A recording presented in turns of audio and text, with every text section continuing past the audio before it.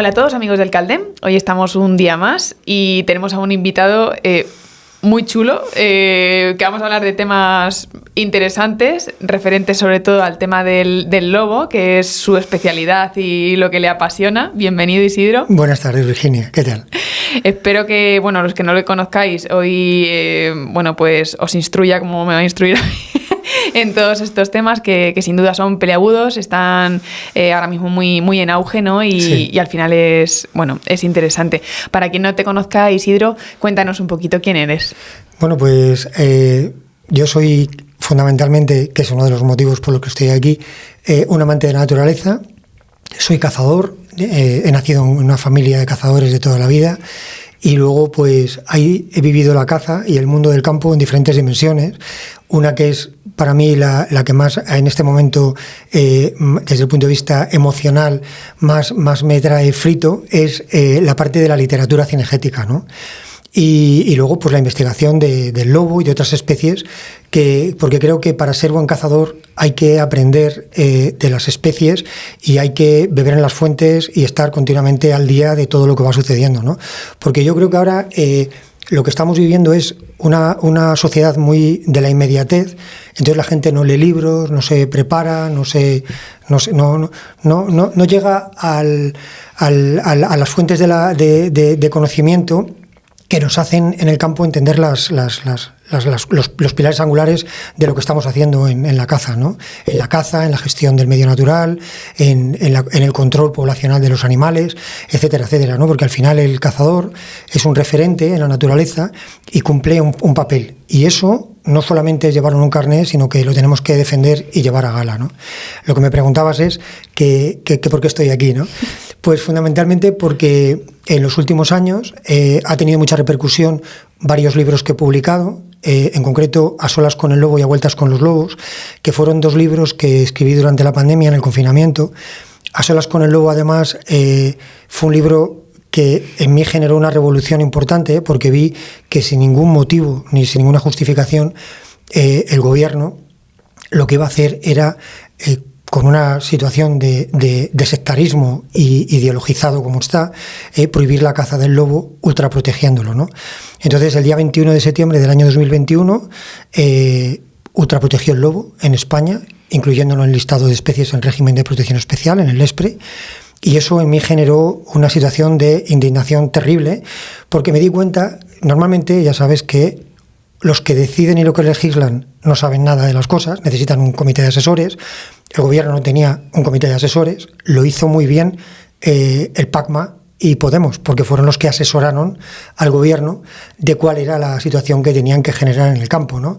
Todo esto viene dentro de un paquete de medidas, ¿no? Que es lo que estamos viviendo en los últimos años, que es el wokismo, la Agenda 2030, y sobre todo que se querían cargar, pues, una serie de cuestiones que nos han traído hasta aquí como pueblos ganaderos y cazadores, ¿no? Y agricultores, y que ha sido la ultraprotección del lobo, la prohibición de la caza en parques naturales, la prohibición de la tauromaquia,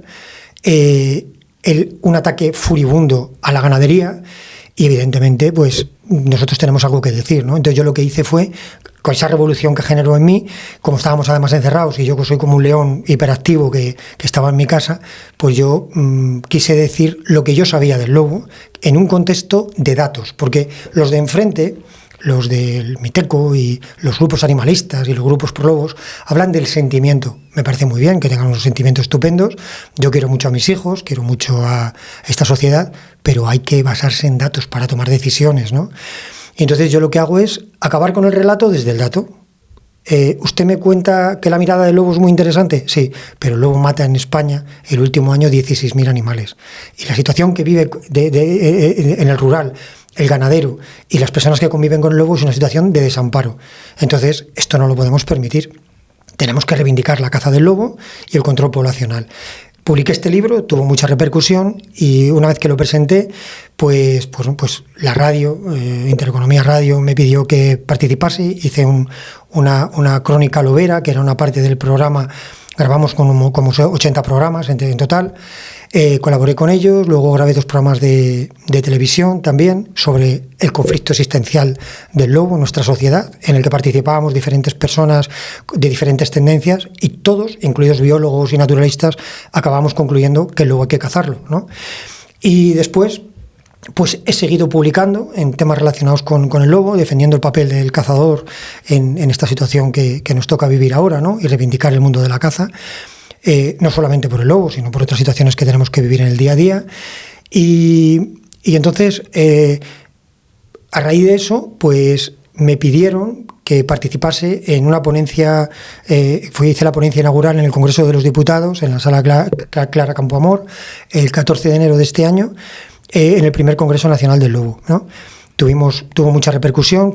Yo les dije además que cuando íbamos allí no valía con dar opiniones y dar datos, había que hacer un dossier informativo con todo bien contrastado y con bibliografía actualizada.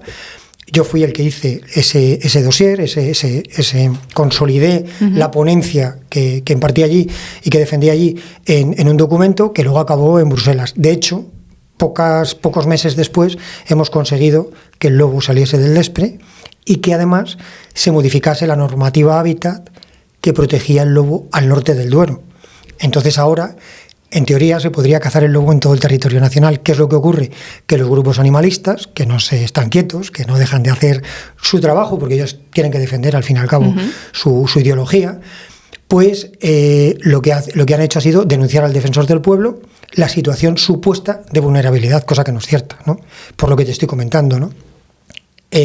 Prohibieron la caza del lobo basándose en un censo del año 2012-2014 en el que decían que había 300 y pico manadas, un censo que está, bajo mi punto de vista, bien hecho, la metodología es buena, pero no se hizo en todo el territorio de la misma forma. Es el censo de Buruaga, año 2012-2014. Pues en el año 2021, en base a ningún censo, basándose en el censo de un montón de años antes, tomaron decisiones de carácter medioambiental que tenían una repercusión muy grande en el rural, ¿no? Pues sobre todo para la ganadería y para los gestores de cotos y para la gente que cazamos, ¿no? Y entonces lo que hemos reivindicado es que se actualice un censo, que se haga un censo como Dios manda. ¿Qué es lo que ocurre? Que el último censo, en base a lo que han publicado las comunidades autónomas en los boletines oficiales de las provincias, de las comunidades autónomas, refleja que ha habido un aumento de un 23,64% con respecto al año 2012-2014. Tenemos 370-380 manadas, con un criterio compartido de manadas que están a caballo entre unas comunidades y otras, de 367 manadas, ¿no? ¿Qué es lo que ha ocurrido con las predaciones? Otro tanto. Pasamos de 6.000-7.000 predaciones hace 8 o 9 años a 13.000 en el año 2023, que son los datos que yo presenté en el Congreso de los Diputados, y 16.600 el año 2024. Al cierre ya, porque siempre se publican los datos como 5 o 6 meses después, porque las comunidades autónomas no tienen personal suficiente para consolidar los datos y hacer una publicación con la geolocalización, con los datos contrastados y de los animales indemnizados por parte de cada comunidad autónoma, ¿no? Entonces, claro, estamos viviendo una situación anacrónica en el mundo rural que no tiene ningún sentido porque está poniendo el lobo, la ganadería extensiva, patas arriba. El lobo, por ejemplo, yo vivo en Castilla y León, al sur del Duero es donde se producen las predaciones mayores, ¿no? 1.400 becerros de raza avileña en Ávila, 800 en Segovia, 600 en Salamanca en el último año, en Zamora otro tanto. Solo en el marco de Castilla y León han muerto este año 5.900 animales, casi 6.000. Más de 3.000 en Cantabria, más de 3.000 en Asturias, más de 3.000 en Galicia, que son las 4 comunidades del noroeste, que son las que aglutinan prácticamente el 95% de la población. Con estos datos, no me venga usted a hablar de sentimientos. Vamos a ver qué es lo que podemos hacer por la gente que convive en el rural. ¿Por qué? Porque no se indemnizan suficientemente los animales predados a las ganaderías, porque no se paga el lucro cesante, porque no se paga la excelencia genética, porque no se paga a estos ganaderos que sufren la baja en la producción, porque además los gastos veterinarios tampoco se pagan. Es como una situación inentendible, ¿no? Entonces, luego, ¿qué ocurre? Que además, yo lo que hice en el Congreso fue intentar hacer una hoja de ruta con soluciones que sea homogénea para todas las comunidades autónomas, porque es que el lobo más allá de que unos lo intenten llevar a gala como una insignia, ¿no?, del ecologismo moderno, lo llaman como uno de los marcadores de biodiversidad de calidad. El lobo no entiende de siglas, el lobo no entiende de límites geográficos. Lo que no puede ser es que a un ganadero de la Comunidad de Cantabria le indemnicen con un formato diferente al de Asturias.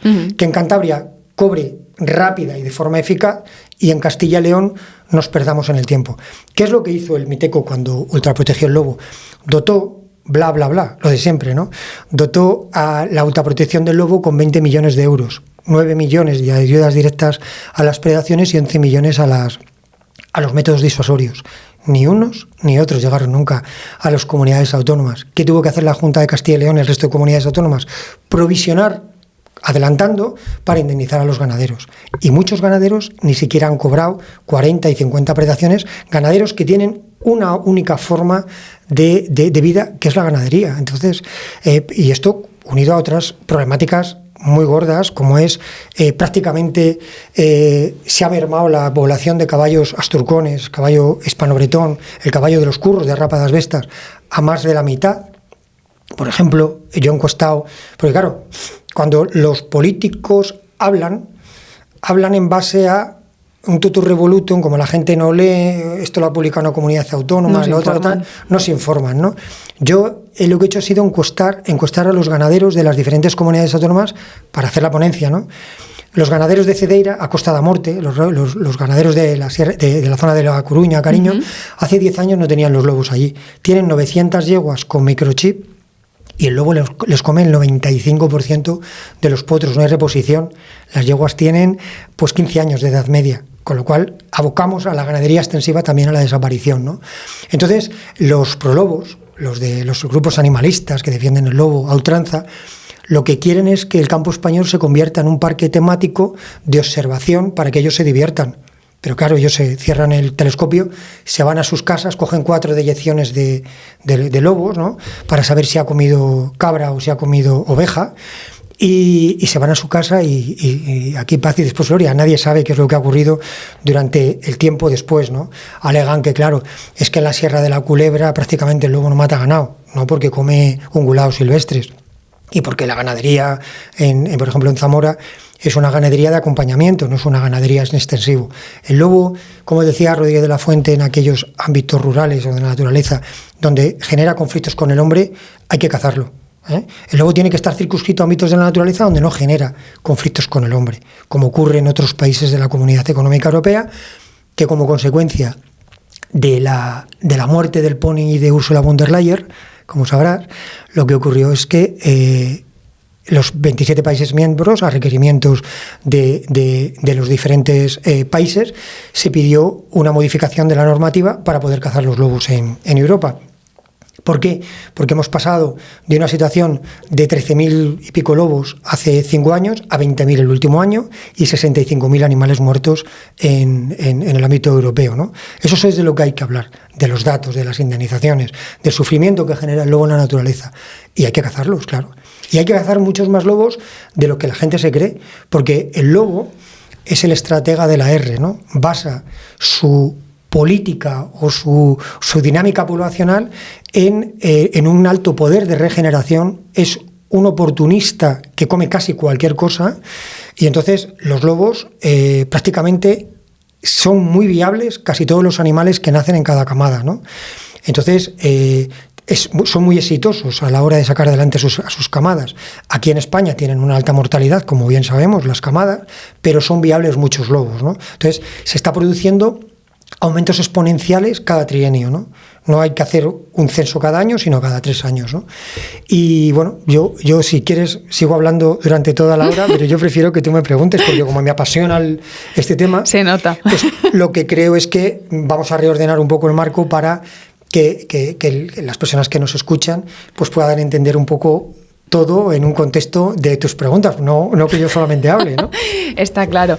¿Esto de dónde nace? O sea, ¿dónde nace tu interés por el lobo? Porque, bueno, previo a empezar a grabar, me comentabas que tú no te dedicas a nada de esto, que cualquiera que te escuche, da gusto escucharte y se piensan que tú te dedicas 24/7 a estudiar el lobo y no es así. Entonces, ¿de dónde viene, de dónde radica todo este interés? Mira, yo vivo en Salamanca y en Salamanca hemos vivido sobre todo las lobadas famosas de la época de los años 70-80, antes de que en España apareciese el fenómeno de la estricnina, ¿no?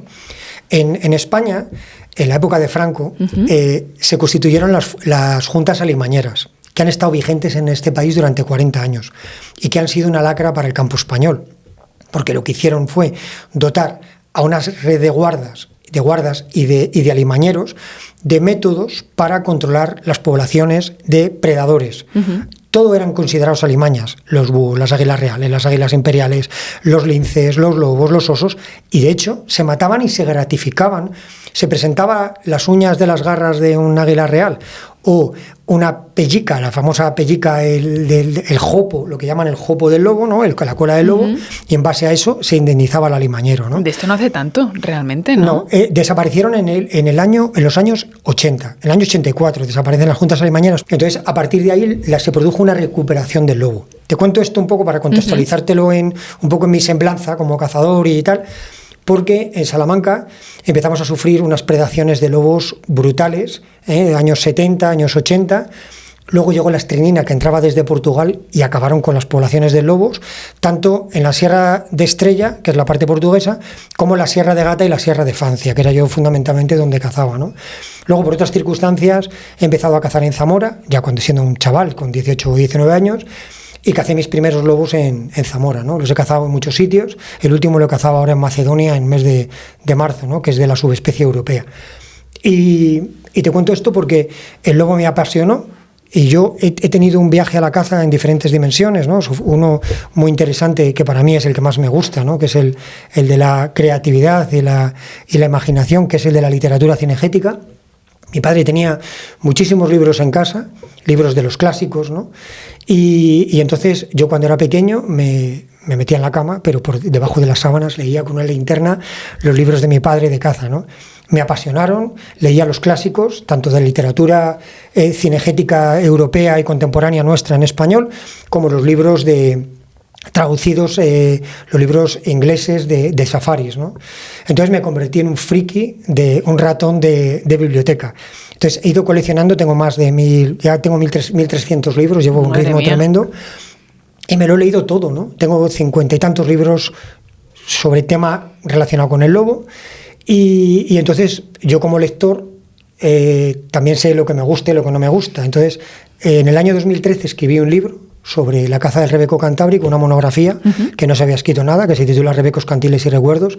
Lo edité con Editorial Solitario y luego, como te he comentado, escribí A solas con el lobo, año 2021 lo publiqué, A vueltas con los lobos, continuación de 40 años de historias loberas, que es la continuación del libro anterior. El primero es un libro muy de corte de narrativa cinegética de mis mayores y de mis propias historias personales cazando mis lobos, que he cazado muchos lobos en aquella época, también en marco de batidas y luego ayudando a los ganaderos, ¿no? Cuando venía el lobo y le mataba a los animales y me llamaban y yo me iba a defenderles las ganaderías, ¿no? Que porque me encantaba, ¿no? Y después escribí A vueltas con los lobos, que ese es un libro más de investigación, es un libro más etnográfico que recoge el papel del lobo en el ámbito indoeuropeo con las consideraciones del lobo como animal mitológico, animal totémico, historias de corte lobero. Y luego creo que he hecho una cosa muy interesante, que se han hecho algunas cosas parecidas en la literatura cinegética contemporánea, estoy haciendo mi propio glosario, ¿no?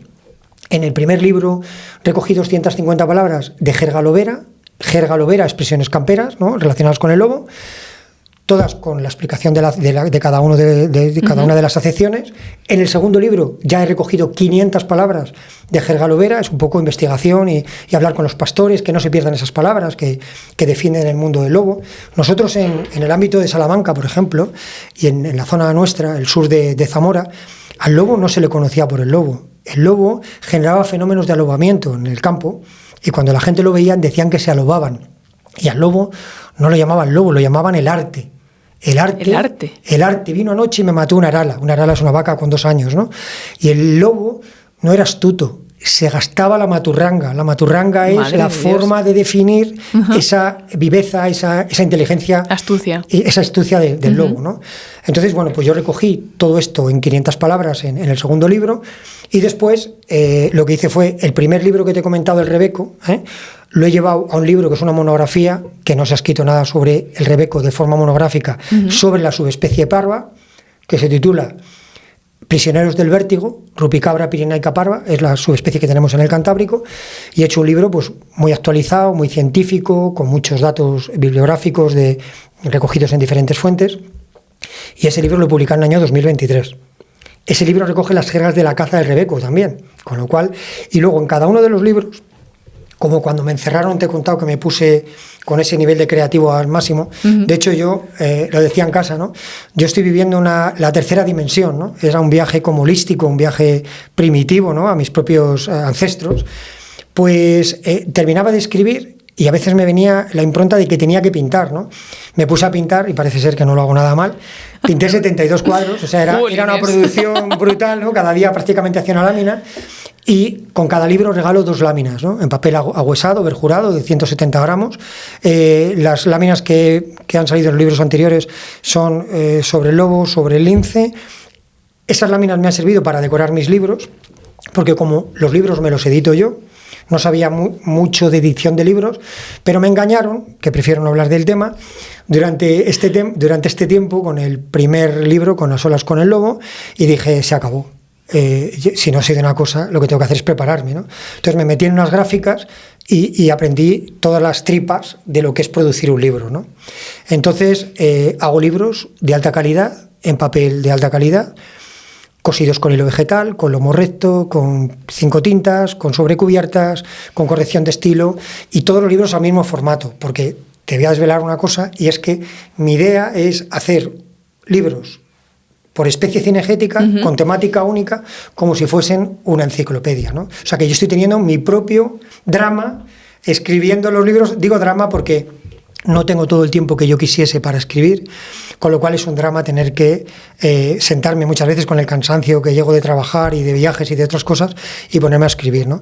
Pero cuando consigo ese nivel de concentración que conseguí en el COVID, ¿no? Que lo llamo la tercera dimensión, es como una imagen cenital de las cosas, que es a donde yo me voy para escribir, pues parece que lo que yo transformo en ideas y en escritura me viene de algo de que yo ya había sentido, que yo había vivido, que es transportar esas ideas de las personas que ya se fueron, o que vivencias que tuve hace muchísimos años, ¿no? Pues llevarlas a mis capítulos de mis libros, ¿no? Algo que me parece súper interesante, porque me genera una paz y una satisfacción maravillosa. Wow, brutal, ¿eh? Bueno. Desde luego. Comentabas lo de las lobadas, ¿no? De los años 70, 80. Para quien no haya escuchado nunca esto, ¿qué eran exactamente esas lobadas? ¿Eran cacerías? No, las lobadas es cuando... Bueno, perdona, porque a veces me refiero a cuestiones que yo entiendo que la gente va a entender y no lo entendéis. Las lobadas es cuando el lobo viene por la noche y mata a los animales de una ganadería. Vale. En la zona nuestra, en Castilla y León, hay ganaderías de vacuno que no son bravo, el ganado bravo, el de las plazas de toros, y luego otro tipo, moruchas, avileñas y tal. El ganado manso normalmente suele defender el becerro.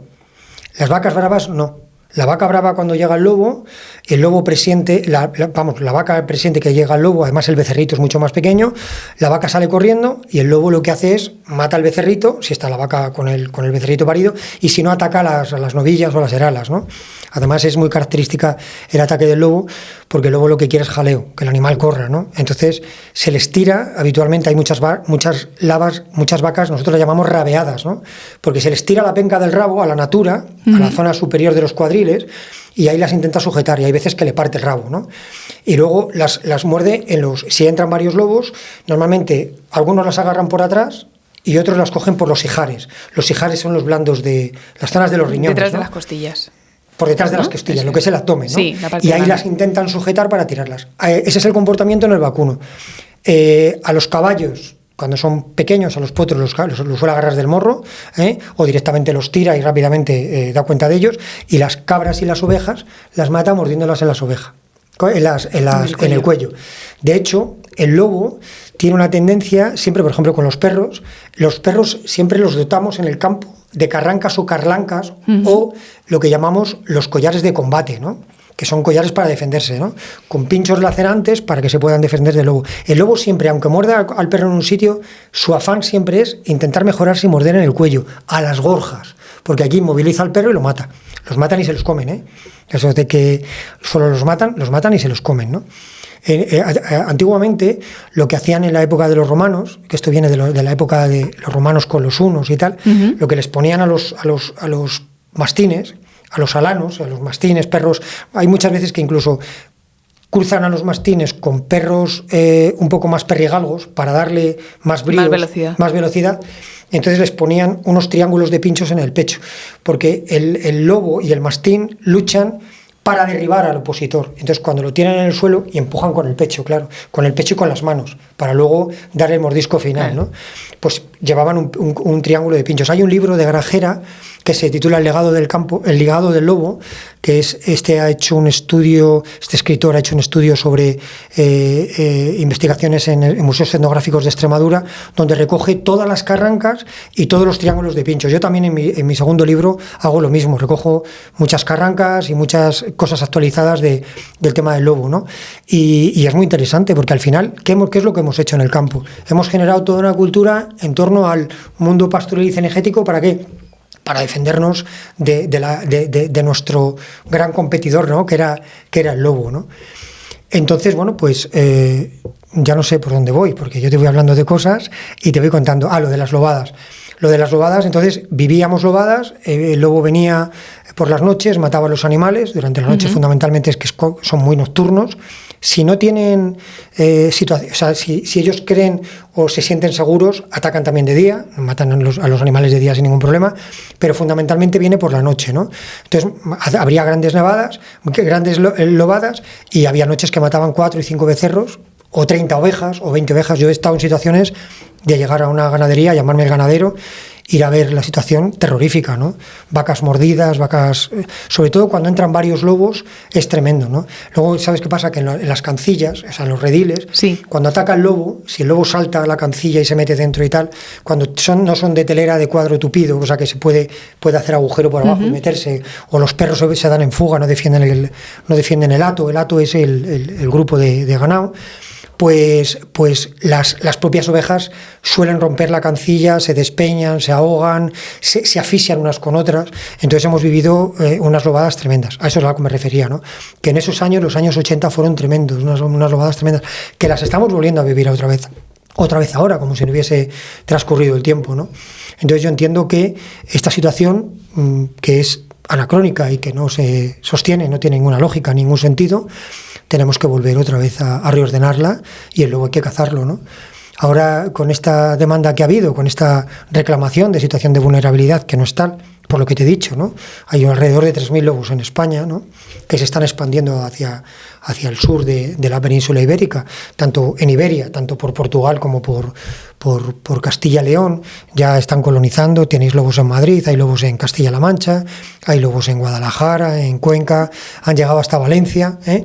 El lobo es un gran estratega de dispersarse, los lobos dispersantes, los animales que ya entran en un ámbito de ser adultos, los padres, el macho alfa y la hembra alfa, los echan de la manada y ellos van a colonizar otras zonas, ¿no? Entonces hacen cientos de kilómetros. Porque una manada, ¿qué rango de alcance o de territorio necesita? Porque entiendo que eso tendrá Claro, ¿no? Todo depende de la alimentación que tenga. Las manadas poderosas, con lobos poderosos, viven siempre en zonas que hay gran sustento, ¿no? Pues que tienen corzos, que tienen venados, que tienen jabalíes, tal. Las manadas que están en las zonas de expansión son mucho más pequeñas, porque aparte de que sufren el fenómeno del furtivismo, tienen más atropellos de coches, tienen situaciones más complicadas de vivir, ¿no? Tienen una gran mortalidad, son menores. Hay un multiplicador que es el de Boitani. Boitani, de Big Mac, Félix de la Fuente, Ramón Grande del Brío, son los grandes conocedores del lobo, ¿no? Y son los que nos han escrito toda la literatura, porque ahora lo que cuentan es de construcción de la tortilla basado en esos estudios que ellos han publicado. Boitani dice que el multiplicador para hacer los censos en manadas, como ha ocurrido en España, que desde el año 2021 no se cazaban, es 7, son 7 lobos. Pero hemos visto manadas de 7, de 8, de 9 y de 10 lobos últimamente. Y a la hora de gestionar el lobo, Isidro, ¿cómo se caza? O sea, ya no cómo se caza, sino cuál es el modus, ¿no? de cazarlo, sino qué lobo es el que habría que cazar. Vale, esta pregunta es una pregunta muy difícil de explicar, ¿no? Yo lo que digo es que después de haberme mirado todo lo que se ha publicado de Boitani, de Meck, de los grandes especialistas, basado en estudios americanos y en otros estudios de otros sitios, y Sibiu también, ellos dicen que para evitar esa gran expansión del lobo... Pero vamos a ver, lo que realmente hay que hablar es de una cuestión para explicar lo que yo te voy a decir ahora, ¿no? Las predaciones y las indemnizaciones tienen que ser algo residual.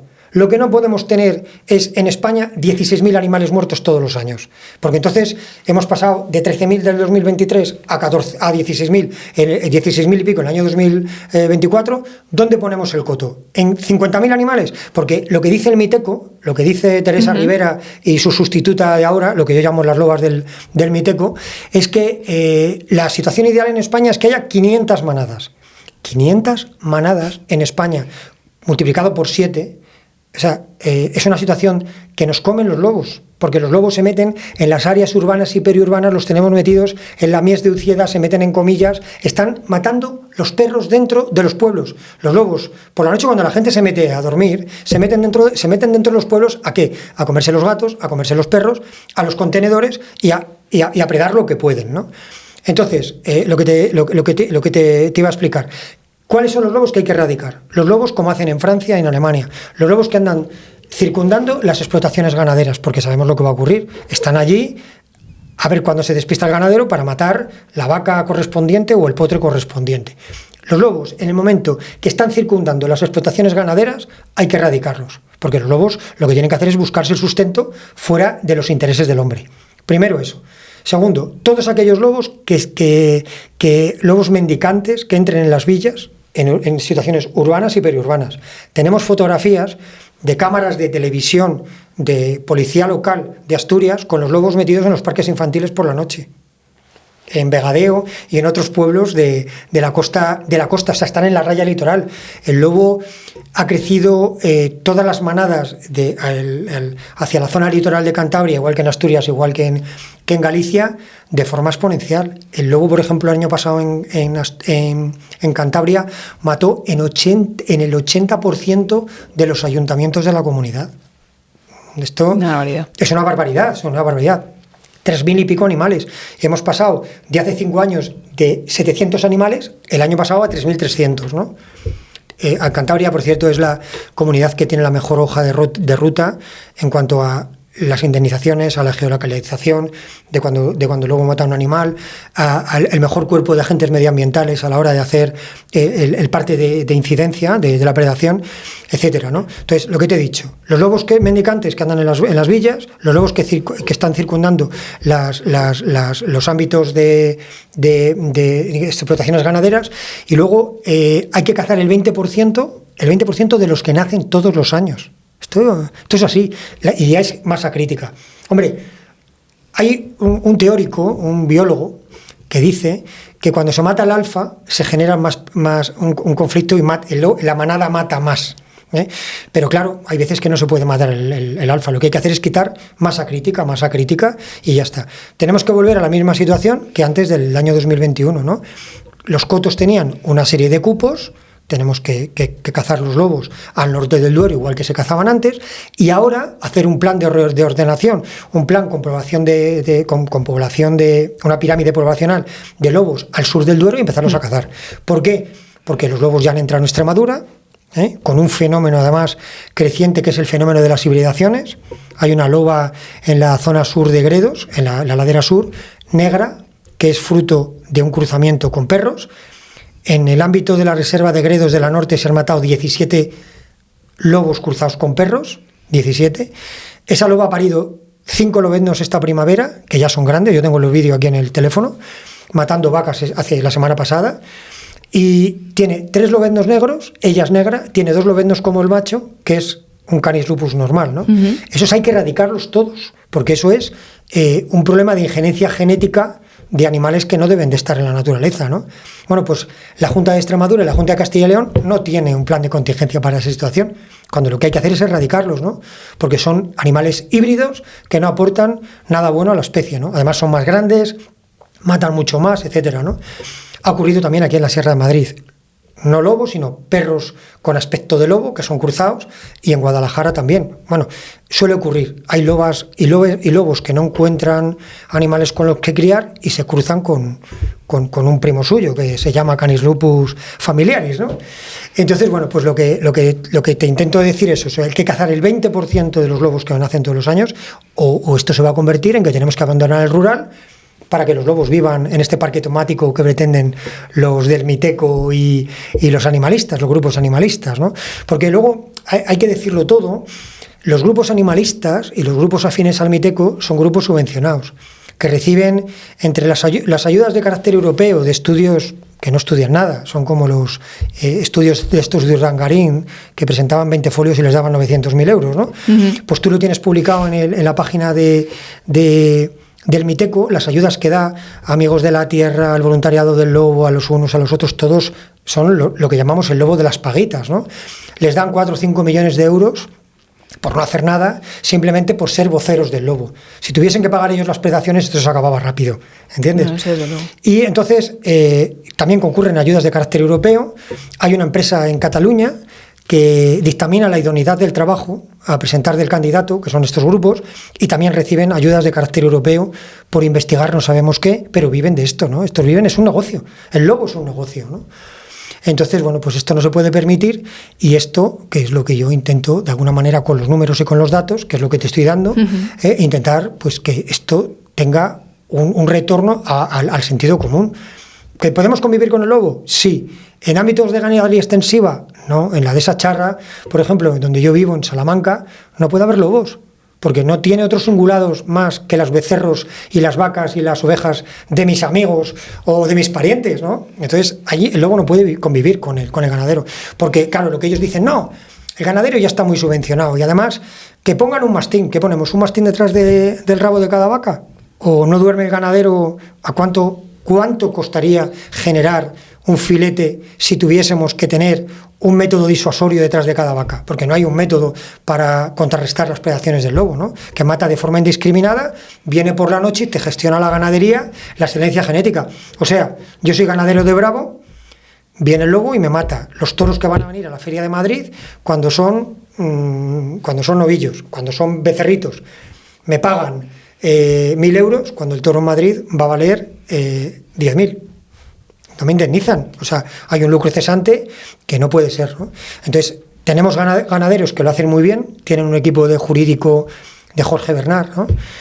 Como es Jaime Patiño, por ejemplo, aquí en la Sierra de Madrid, ahí en Los Ángeles de San Rafael, y le tiene abierto un contencioso administrativo a la Junta de Castilla y León que, por silencio administrativo y por inoperancia, no responde hasta que no le llega la siguiente denuncia. Oye, si hay jurisprudencia que dice que cada vez que viene el lobo y me mata, no tengo ni siquiera que denunciarte, tendrías tú que operar, porque los lobos son tuyos, no son míos. Soy yo el que lo sufro, ¿no? Entonces, esto no puede ser. Entonces, bueno, pues yo soy el contestatario, soy el que me insulta en las redes sociales, que me da igual, yo vengo ya llorado y no les tengo ningún miedo. Además, si me insultan ya saben lo que les espera, porque no me callo.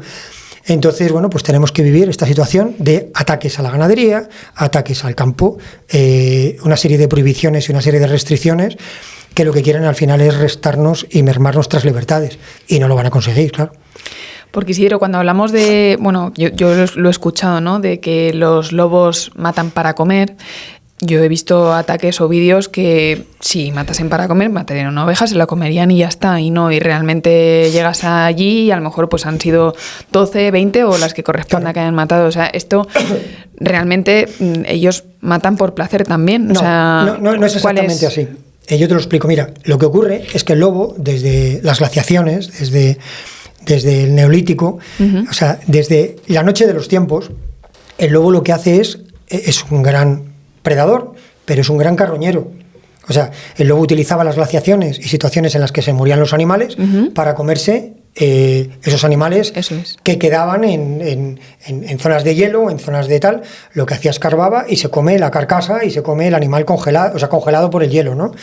Entonces el lobo sabe de forma innata, igual que los perros de caza no les tienes que enseñar a hacer la muestra, lo hacen de forma innata. Pues el lobo lo que hace es intenta matar todos los animales que puede. O sea, si en una predación puede matar 20 ovejas, las mata.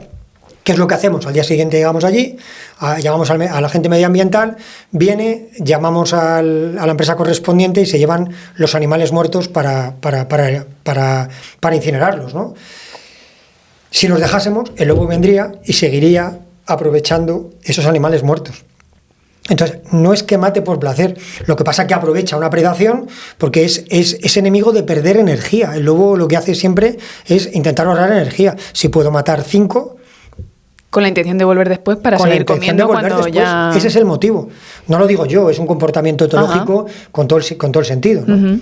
O sea que la manera de cazar en este caso los lobos, sería esa, Esperarlos, sí. Hombre, los agentes medioambientales que hacen control poblacional, lo que llama la patrulla del lobo, lo que hacen es se colocan donde han matado el lobo, en aquellos lobos conflictivos que han estado radicando, o sea, que se han estado eliminando o detrayendo del medio natural. Entonces, ahora son todos eufemismos. No se puede decir cazar, no se puede decir matar. Bueno, pues los lobos que se han cazado últimamente en Castilla y León, últimamente antes de la prohibición, me refiero, cuando mataban a un animal, el agente medioambiental se colocaba ya a esperarlos. Y los lobos vuelven otra vez. Lo que pasa es que, ¿sabes qué pasa? Que el lobo, cuando lleva varios días sin comer o una semana sin comer, mata a un animal, se pega una panzada. Lo que hace es carga abdominalmente todo lo que puede y luego lo que hace es se retira a dormir la mona, ¿no? O sea, a hacer la digestión. A veces tarda 2 y 3 días en digerir hasta 10 kilos de carne. Claro. Se comen hasta 10 kilos de carne. Por eso es muy importante, cuando un animal lo han matado los lobos, si no han concurrido después aves necrófagas u otros comensales oportunistas, como puedan ser zorros o jabalíes, es intentar sumar el número de kilos de carne que faltan. Si faltan 20 kilos, pueden ser 2 o 3 lobos. ¿Entiendes? O sea, claro, tú en base a eso ya puedes hacer más o menos... Saber cómo es la manada de grande. Saber el número de lobos que hay. De todas maneras, ahora con las cámaras de fototrampeo, donde un animal es muerto, le pones la cámara y lo ves rápidamente, porque vuelven, los lobos vuelven. Y dentro de las manadas, la jerarquía, tú decías, ¿no? Bueno, el tema de los que son líder, que si se acaba con el líder, pues esto yo también lo he escuchado muchas veces, ¿no? El hecho de que luego al final son individuos solitarios que generan más problemas que los que van en manada porque van organizados. A la hora de cazarlos o de ver una manada, ¿cómo sabes identificar si un miembro es más joven, si es dominante, a cuál habría que coger? Bueno, no sé, que con el tema del corzo ahora mismo, por ejemplo, está muy... Con el lobo es muy parecido. Cuando tienes mucha experiencia, rápidamente ves el tamaño, ¿no? El lobo viejo, es un lobo más bien cargado de pesos, con aplomos muy... O sea, es muy ancho, es como muy rectangular y muy cuadrado, ¿no? O sea, volumétricamente es muy musculado. Los lobos jóvenes son lobos mucho más estilizados, mucho más finos, más agalgados. La cabeza del lobo, cuando el lobo es viejo, tiene como una pequeña melena, ¿no? Una pequeña melena. Tú, cuando ves una manada, ves rápidamente en el comportamiento de la jerarquía, el lobo alfa y la loba alfa llevan el rabo en situación elevada, ¿no? Hacia arriba. Hacia arriba, ¿no? O bien semi-erecto o bien erecto completo, ¿no? Hacia arriba, ¿no? Y eso es lo que genera una situación de dominación sobre los otros. De hecho, la loba alfa muerde a las otras lobas para que no hormonen. Y el lobo, porque solamente cría una loba en la manada, ¿no? Ah, curioso. Sí. Entonces, lo que hace es morderlas y de esta manera inhibe que las otras lobas salgan a celo. ¿Por qué? Porque se garantiza que si esas lobas me ayudan a sacar adelante mi camada, voy a triunfar. Entonces, ¿qué es lo que es la manada? La manada del lobo es una manada de cortejo, de emotividades. Ellos se interpretan por la posición de la cola, por la actitud, por cómo se enseñan los dientes, etcétera, etcétera, ¿no? Siempre es una situación de sumisión al alfa y a la alfa.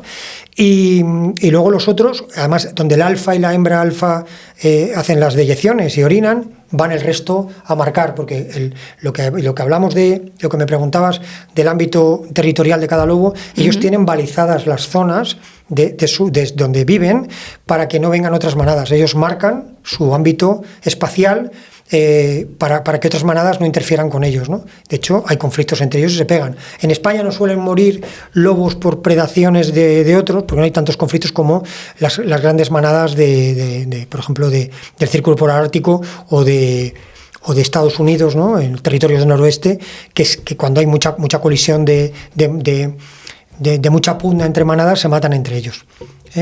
Y normalmente está compuesta por el macho y la hembra reproductores, los lobos del año anterior o algún lobo que va con ellos, ya adultos, y luego los lobeznos del año anterior, que cuando llegan a una situación de adultos, tienen año y medio así, normalmente son expulsados de la manada y lo que hacen es ir a ocupar otros territorios, ¿no? Es lo que llamamos el fenómeno de los lobos dispersantes. Para que te hagas una idea de la capacidad de los dispersantes, se han hecho muchos estudios, ¿no? En España también hay muchos lobos geolocalizados con radioseguimiento, con GPS y telemetría, ¿no? Sí. Sabemos en cada momento dónde está y sabemos por dónde ha pasado, a través del satélite. Entonces, hay lobos que en la región central de Italia, en Umbría, se han capturado con un lazo que es el lazo Wisconsin, que es un lazo sin muerte. Después se le hace un estudio biométrico al lobo, se le duerme y tal, se le estudia, se le saca la sangre, se le mide y tal, y se le colocan estos collares. Machos adultos soltados en la zona central de Italia han atravesado los Apeninos, los Alpes, toda Europa central. Uno acabó en el Mar del Norte y el otro en el Mar Báltico. En el Mar Báltico. Tú fíjate que han atravesado los grandes ríos, las grandes vías de comunicación, trenes, zonas de carreteras, de autovías, y han acabado uno en el Báltico y otro en el Mar del Norte. Por eso no hace falta soltar los lobos van a acabar en Andalucía, si seguimos como estamos, ¿no? Entonces, bueno, pues el lobo tiene una gran capacidad de dispersión, ¿no? Ahora, cuando estuve en marzo cazando en Macedonia el triunfo de los dispersantes o de los lobos subadultos es primero, por ejemplo, porque en la zona de Skopje, de la capital de Macedonia del Norte, hay casi 1 millón de ovejas, con lo cual todos los días se muere alguna, ¿no? Y es que además en esas zonas no tienen perimetrados los muladares y los vertederos de basura. Tiran los animales muertos, con lo cual siempre tienen animales sobre los que predar, ¿no? Lo que he visto es que hay muchos gatos, muchos perros y mucha suciedad, con lo cual hay perros por todas las carreteras, o sea, no hay trazabilidad, no hay control sanitario de los animales en el rural. Y luego además hay grandes mataderos que procesan cientos de animales todos los días, que las vísceras y los restos los tiran en la naturaleza. Entonces no te puedes hacer una idea de la cantidad de lobos que hay. Yo me quedé alucinado. Estuve 3 días cazando, que cacé un rebeco de la subespecie balcánica, que estoy cazando los rebecos del mundo. Vine la semana pasada, he estado en los Cárpatos y he cazado el rebeco de la subespecie carpática. Chulo. Y me encanta cazar en alta montaña y fuera de España, porque aquí ya lo tengo cazado todo.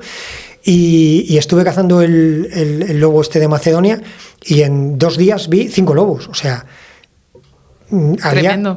tremendo, y además una población...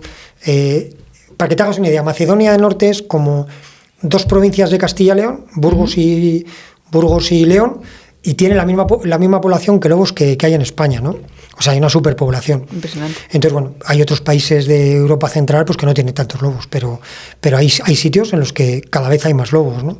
No hay un control y una ordenación del ámbito natural, y esto, ¿quién lo sufre? Pues lo sufren los ganaderos y lo sufren los gestores cinegéticos y los cazadores, que somos los que vemos cómo merman las poblaciones de corzo, las poblaciones de ciervo, la montaña palentina, la Sierra de la Culebra. Es tremendo las predaciones por parte de los lobos, ¿no? Hombre, ahora también te voy a decir una cosa.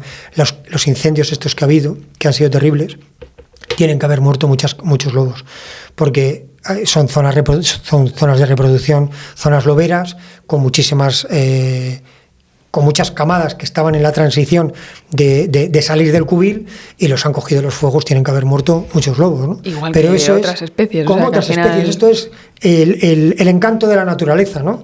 Que parece como que a los niños no les podemos enseñar ahora que los leones del Serengeti comen todos los días, ¿no? Pobrecitos que ven la sangre, ¿no? Por cierto, que estuve en un campamento infantil en primavera, que para mí era un desafío, hablándoles a los niños de la caza del lobo en el último siglo, me centré sobre todo, ¿no? Porque con motivo de presentar mis libros, pues luego me piden que haga pues otro tipo de business, como por ejemplo una actualización de la caza del lobo en el último siglo, ¿no? Entonces, como tengo muchísimas fotografías y muchas fuentes de información, pues a veces voy a dar charlas sobre el tema, ¿no? Y para mí fue todo un reto maravilloso, porque no era contarle la historia a los mayores, ¿no? Era contársela a los niños. Me sorprendió la capacidad de los niños de entender todo y luego lo que les contaron a sus padres, que luego me lo han dicho, ¿no? Alucinante, maravilloso, ¿no? Entonces para mí fue un reto poder, con mi léxico y con mis palabras, explicarles a los niños todo lo relacionado con el mundo del lobo. Mucho más fácil de lo que yo me pensaba, ¿no? Porque los de enfrente, los del Miteco y la izquierda radical y los del PACMA se dedican a hacer proselitismo en las aulas, ¿no? Y las comunidades autónomas que dirigen, lo que hacen es editan cartillas infantiles donde dicen que el lobo es vegano, que el lobo come manzanas, come verduras y que no come carne, ¿no? Entonces, vamos a ver de qué estamos hablando, por favor. Vamos a hacer una buena divulgación de la naturaleza y a contar las verdades sin intentar engañar a los niños, ¿no? Yo creo que estos se hacen trampas a sí mismos jugando al solitario. Bueno, esto es un melonazo, ¿eh? Lo del tema de los colegios y lo que se cuenta o no encaminado a qué, tremendo. A mí me surgía una duda de cara a estos individuos solitarios en dispersión que comentabas. ¿No es posible que esos individuos solitarios, que lo que están buscando es su territorio, los confundan con esos individuos solitarios que se quedan solos por el tema de la caza? Es decir, ¿no los cogerán como este lobo que está solo es porque han cazado al resto de la manada y se ha quedado solo? No, es un individuo que está buscando su territorio y que por eso es solitario. Pero claro, y todo esto aquí cada uno lo utiliza en su beneficio. Exacto, ¿no? Claro. ¿Sabes qué pasa? Que los voceros del lobo, o sea, todos estos grupos ecologistas, tenemos una cosa en Salamanca, una situación que es alucinante, ¿no?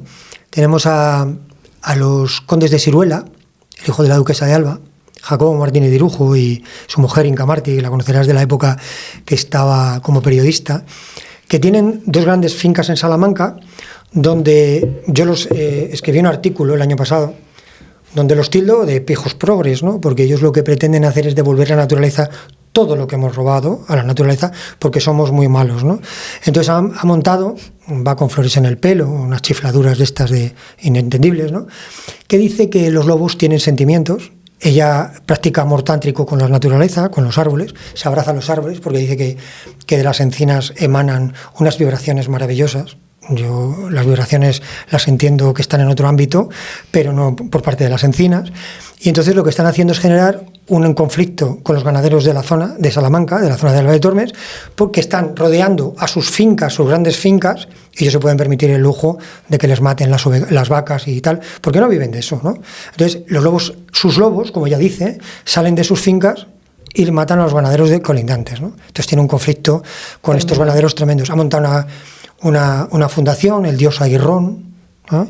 Y entonces es la que defiende el lobo a ultranza con Ascel y con Lobo Marley, y entonces va a las manifestaciones no sabemos a qué. Pero bueno, ella también tiene su teoría, entonces utiliza todo este rollo de los lobos dispersantes, de que no hay que matar el alfa, un supuesto biólogo de Galicia, que no sabemos dónde ha sacado el estudio, que dice que si matas el alfa de la manada, pues matas más. Y es que a lo mejor hay manadas que no son viables, porque están en ámbitos en los que no podemos soportar las predaciones de una manada en zonas urbanas y periurbanas.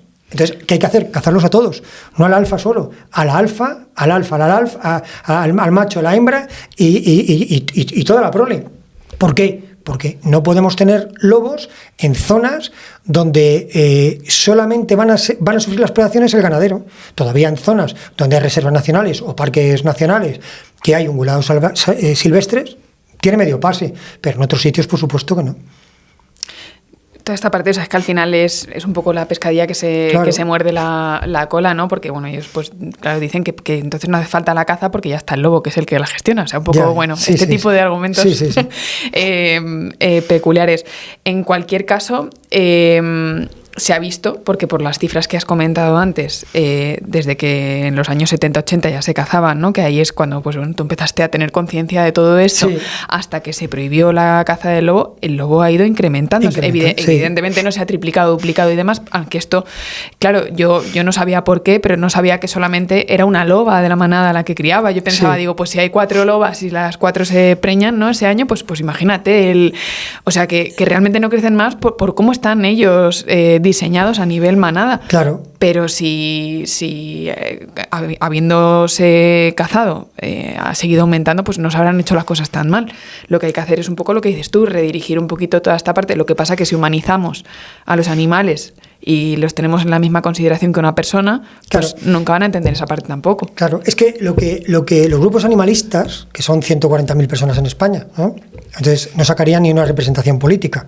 Lo que pasa es que se juntan con Podemos, con Más Madrid, con el PACMA, con no sé qué, y hacen el tutu revolutum ¿no? Del Frankenstein por la izquierda. Entonces, no tienen muy claro realmente qué es lo que pretenden. Ellos, su objetivo es acabar con el especismo, que es acabar con el humanismo, ¿no? O sea, darle pie a la consideración de que todos los animales somos iguales es acabar con 2000 años de civilización. Entonces, no se entiende, ¿no? Pasa que ellos argumentan muy bien, son, pues eso, las teorías de Greta Thunberg y todos estos que intentan defender cosas que son inentendibles. Lo que pasa que, claro, luego llegamos a Bruselas, llegamos a Europa, y allí hay cosas y situaciones que no se entienden, ¿no? Porque el Partido Popular le firma la agenda verde al Partido Socialista. Entonces, no le hacen oposición. Entonces, luego intentan aquí vendernos otra cosa que realmente no es. Porque han prohibido la caza en los parques naturales. He estado este fin de semana cazando en Monfragüe. La superpoblación de venados que hay en Monfragüe es tan brutal que se están comiendo la cubierta vegetal. Han prohibido la caza en picos de Europa. Luego dicen que sí, que lo van a cambiar, que van a cambiar la normativa, ya, pero de momento habéis metido la pata. ¿Sabes qué quieren hacer para paliar eso? Soltar lobos en Monfragüe. O sea, es todo... Son como ocurrencias de última hora, son cosas que no se entienden, ¿no?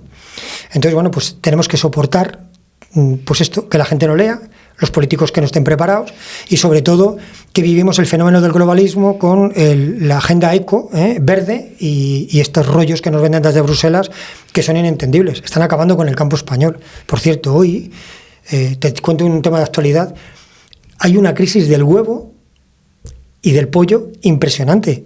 Ha crecido 80% el precio del huevo en España. En Castilla y León, solo en la provincia de Valladolid, han matado 2 millones de pollos porque tenemos gripe aviar.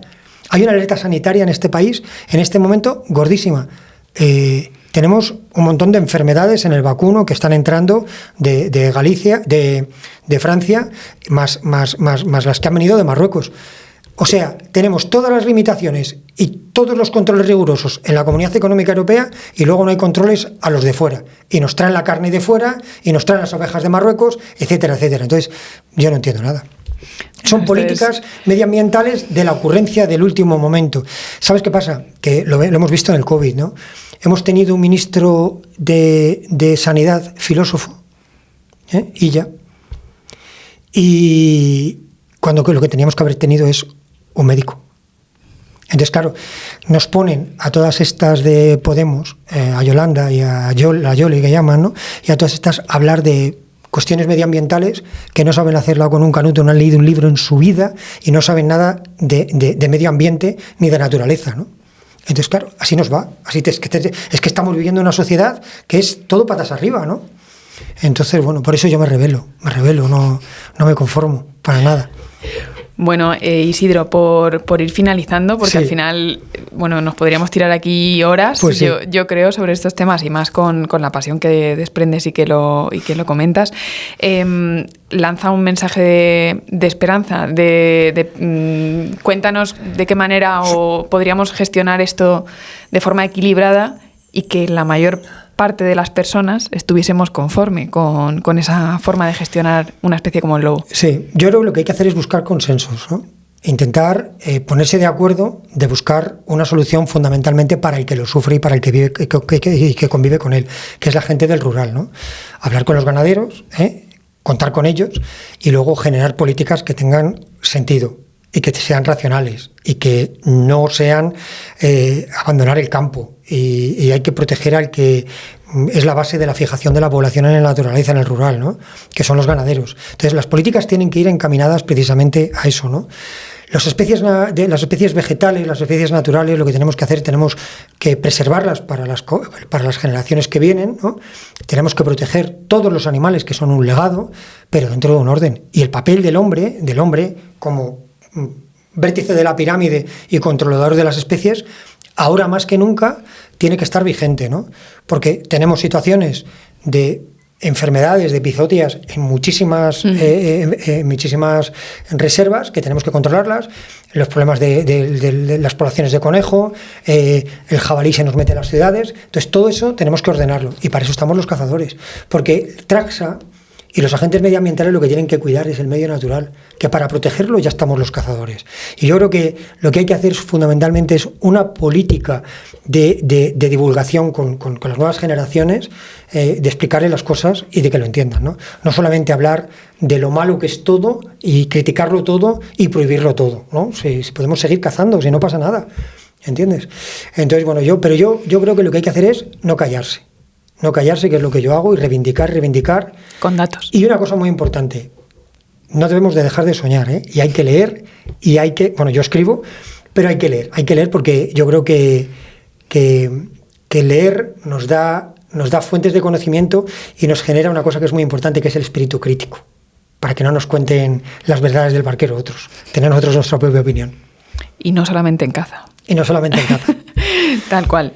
Pues muchísimas gracias, Isidro. Gracias por venir. De verdad ha sido súper interesante. Espero que a vosotros también os haya gustado. Y nos vemos en próximos episodios de Tras la Huella. Gracias.